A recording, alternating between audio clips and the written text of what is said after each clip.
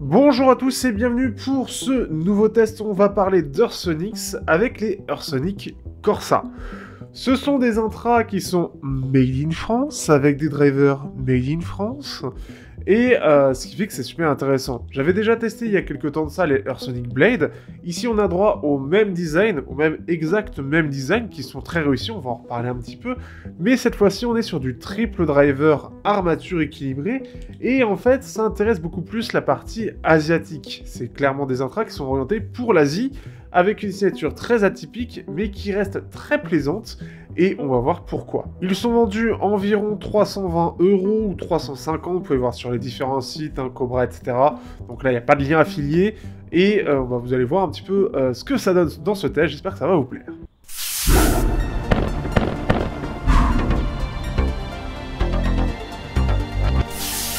Au niveau du design, donc on reprend le même design que ce qui est sur les Eursonic Blade, Stark et je sais plus lesquels qui sont ressortis, les Grace.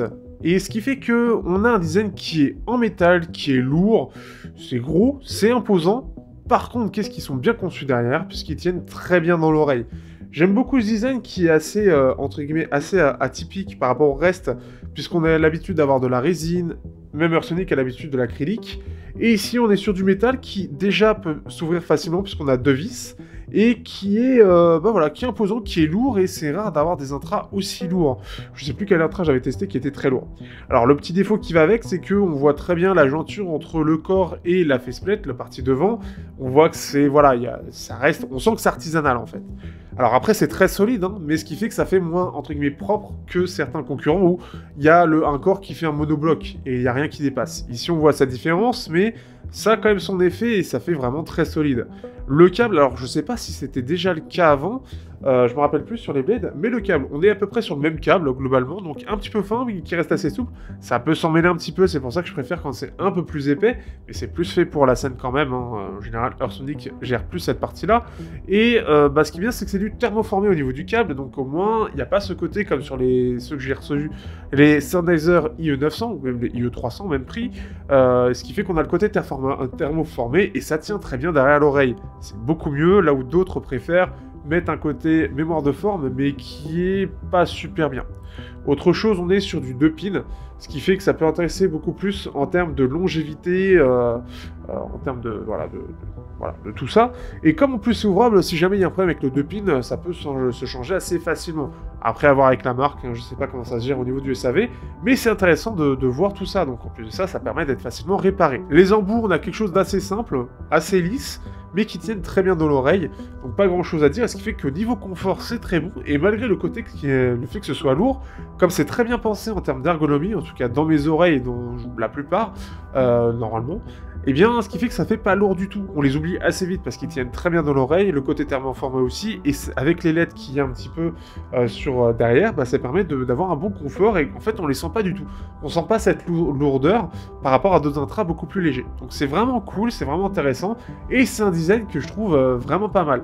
Ce qui est juste entre guillemets un peu dommage, mais je pense que ça permet de faciliter la réparabilité, c'est surtout le fait qu'on est avec deux vis pour l'ouvrir, mais ça simplifie les choses. Moi qui ai l'habitude de voir les trucs en résine où en fait faut casser la jointure, donc moi je peux pas le faire par exemple. Ici même moi, si j'ai eu pas la flemme, mais si je peux le réparer moi-même, je peux le faire. Après, à voir ce que ça implique, et voir même, en fait, on peut peut-être le réutiliser pour d'autres choses. Si on veut faire une autre signature, un autre driver, on veut le changer, on peut voir avec la marque, sachant que Eursonic c'est français, donc en plus on peut leur parler en français, et voir un peu personnaliser, récupérer un driver. Après, je sais pas tout ce qui est possible, mais en tout cas, voilà, c'est bon et mauvais côté, ce qui est logique à chaque fois, mais voilà, il y a le côté réparabilité qui est quand même présent.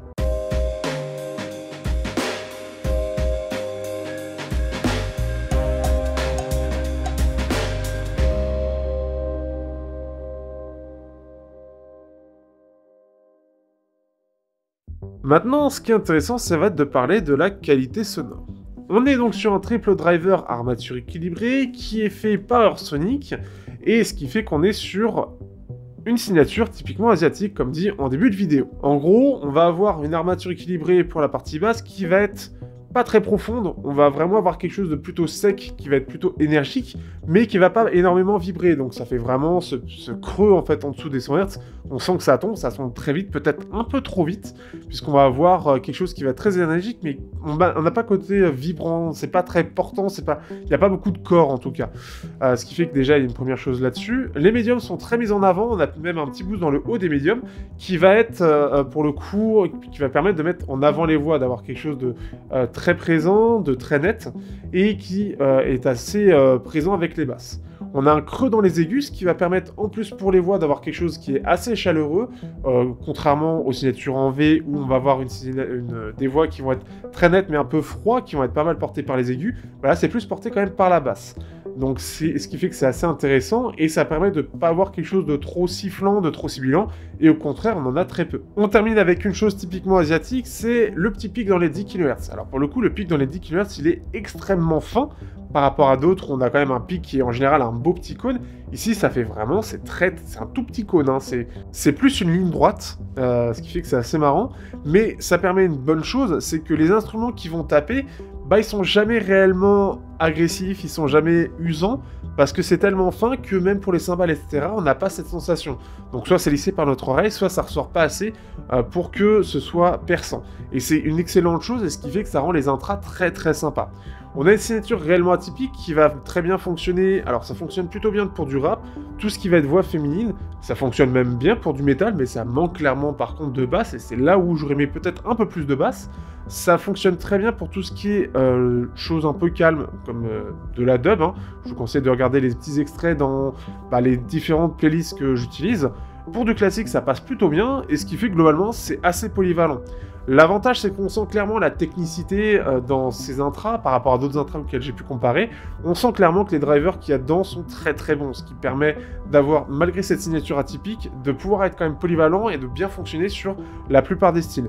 Vraiment, ce qui manque un peu, et pour moi, ce qu'on aurait pu pousser, alors ça peut se faire via une égalisation, c'est un peu plus en dessous des 100 Hz, d'avoir quelque chose qui soit un peu plus présent, parce que dans l'ensemble, comme on perd un peu au niveau des basses, et surtout de la sous-basse, on perd un peu de corps. Donc le son peut être globalement assez fin, surtout si on compare à d'autres choses, mais avec un peu d'égalisation, on peut récupérer, ça peut donner quelque chose d'un poil plus chaleureux, un peu plus basseux, et qui va être aussi, ça donne un peu plus de corps aux voix, ça donne un peu plus de corps aux guitares, à la basse, ce qui fait que c'est un peu plus intéressant. C'est vraiment le seul réel grand défaut que j'ai, mais après dans l'ensemble il est super bien réglé, j'apprécie beaucoup, j'aime beaucoup cette clarté, ce détail qui est présent, parce que c'est extrêmement détaillé, mais il y a aussi une chose, pour finir sur cette partie avant les comparaisons, une chose qui m'a réellement surpris, et lorsque je l'avais testé déjà sur le salon, donc le audio vidéo show, eh bien c'est la scène. La scène est super large. Je crois que j'ai rarement entendu des intras avec une scène aussi large. C'est vraiment très peu courant. On a toujours des scènes un peu larges avec quelques instruments qui vont arriver d'aller sur le côté. Mais là, on en a beaucoup. On sent que la scène prend bien toute la place et que les instruments qui vont être présents vraiment sur les côtés vont être très présents. Donc on les entend vraiment bien. Ça reste très détaillé, mais surtout on sent que ça, à la limite, ça sort des écouteurs tellement ça arrive à bien gérer cette scène, à cet étirement. Et ce qui fait que c'est super agréable parce qu'on a vraiment cette sensation de largeur, de grandeur de scène, de profondeur qu'on n'a pas forcément sur les autres. Et ce qui fait que c'est vraiment bien. Ce qui fait que dans l'ensemble, déjà, j'apprécie vraiment le son, le côté typé asiatique. Alors forcément, je connais avec les intras chinois, mais ce qui va être intéressant, justement, c'est de les comparer face à la concurrence chinoise, puisque c'est surtout ça que je teste, et on voit ça tout de suite.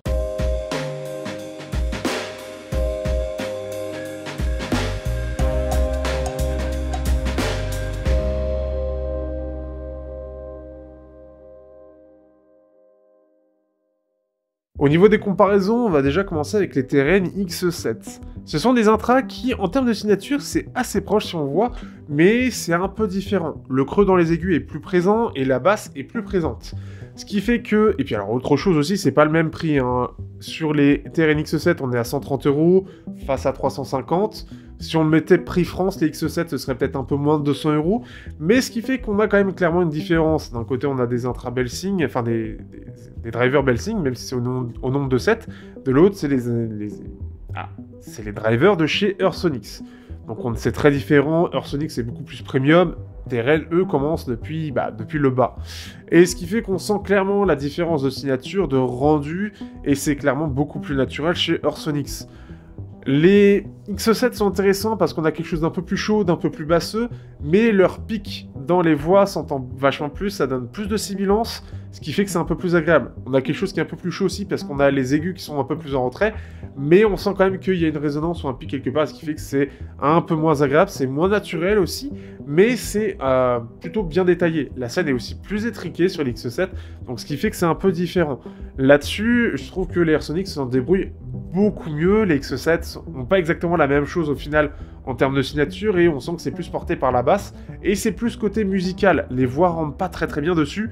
Par contre, tout ce qui est instrument, ça rentre très bien et on va vachement avoir ce côté très mélodieux parce qu'on met vachement en avant, que ce soit l'Airsonic ou l'X7, le côté mélodie.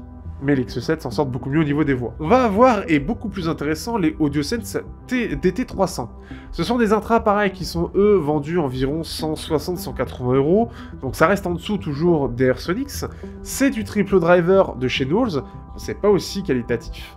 Alors c'est un peu logique, mais ce qui fait que par contre en termes de signature on a quelque chose de très similaire et c'est assez marrant parce qu'on a ce côté très asiatique et ça a déjà, la gamme DT chez AudioSense c'est à la base prévu pour les Asiates et notamment pour le Japon et ce qui fait que on a un son qui est super agréable, pareil on a quelque chose de très similaire mais on a quelque chose d'un peu plus chaud au niveau des voix du côté des Airsonics.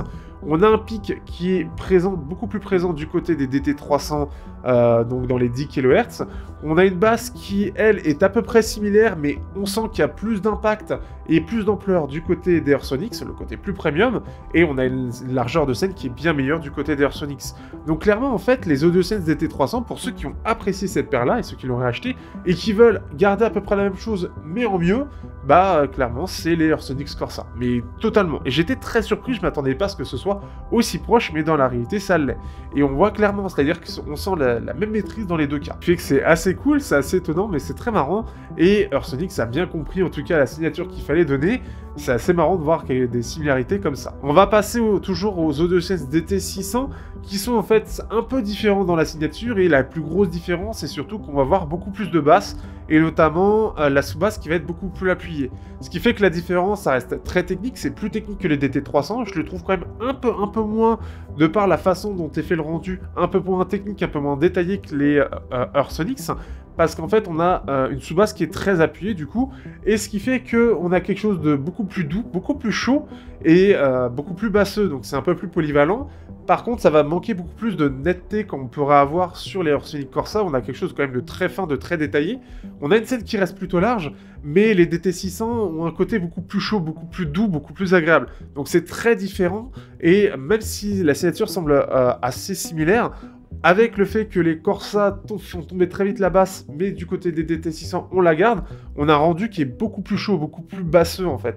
Donc c'est assez marrant, et ce qui fait que ça reste différent. En fait, ils ont beaucoup plus de similitudes avec les DT300 que les DT600. Si on compare avec une signature en V qu'est les AudioSense T800, oui, on reste sur du AudioSense, hein, ça fait beaucoup de comparaisons AudioSense, mais parce qu'ils sont très bons, eh bien on a les T800. Les T800, c'est une signature en V, en armature équilibrée uniquement, à donc 8 drivers de chaque côté, Knowles toujours, et ce qui fait qu'on sent cette différence, on sent cette froideur des voix, puisque on met les basses en avant, on met les médiums en retrait et les aigus en avant, donc clairement en fait, et c'est des aigus qui sont beaucoup en avant. Et on sent cette différence, on sent que les voix sont vachement portées par les aigus, ça les rend froids, là où on a quelque chose de bien chaud sur les Corsa, tout en ayant une bonne présence des aigus, mais beaucoup plus présente sur les T800.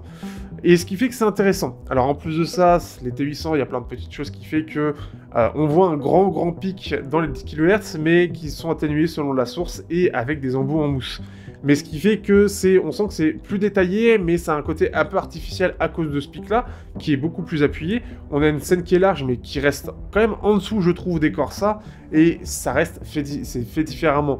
C'est plus fait pour du métal, c'est plus fait pour des choses bien fun, là où les Corsa ont le côté beaucoup plus voix en avant, et donc c'est la mélodie qu'on va plus écouter.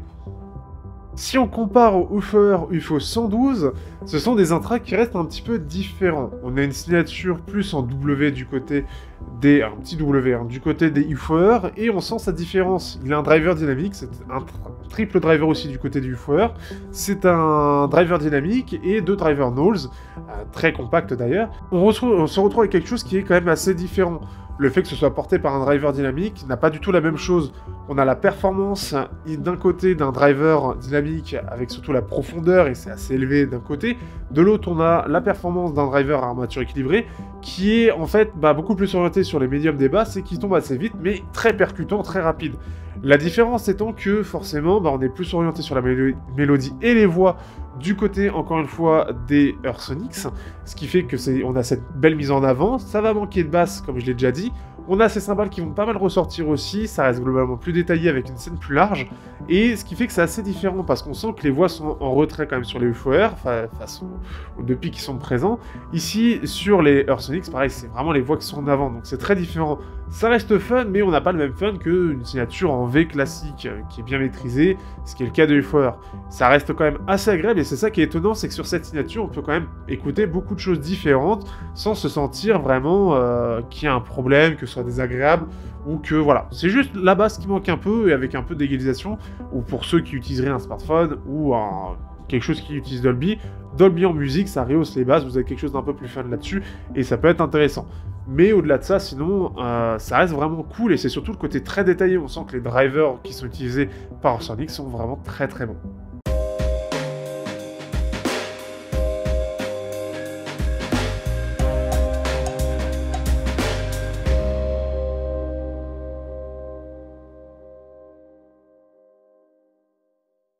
Du coup, que penser de ces Eursonic Corsa?